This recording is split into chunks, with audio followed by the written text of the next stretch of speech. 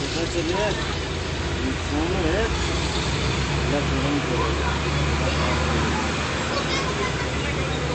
ये कोई नुकसान नहीं है, अल्लाह खैर करें, बच बचा हुई है। हाँ ना बच बचाओ ही शुक्र अल्लाह ना बताया फिर भी उस्ताद जी दिल काम किया ना ज़मीन को माश हो गया अल्लाह करम करे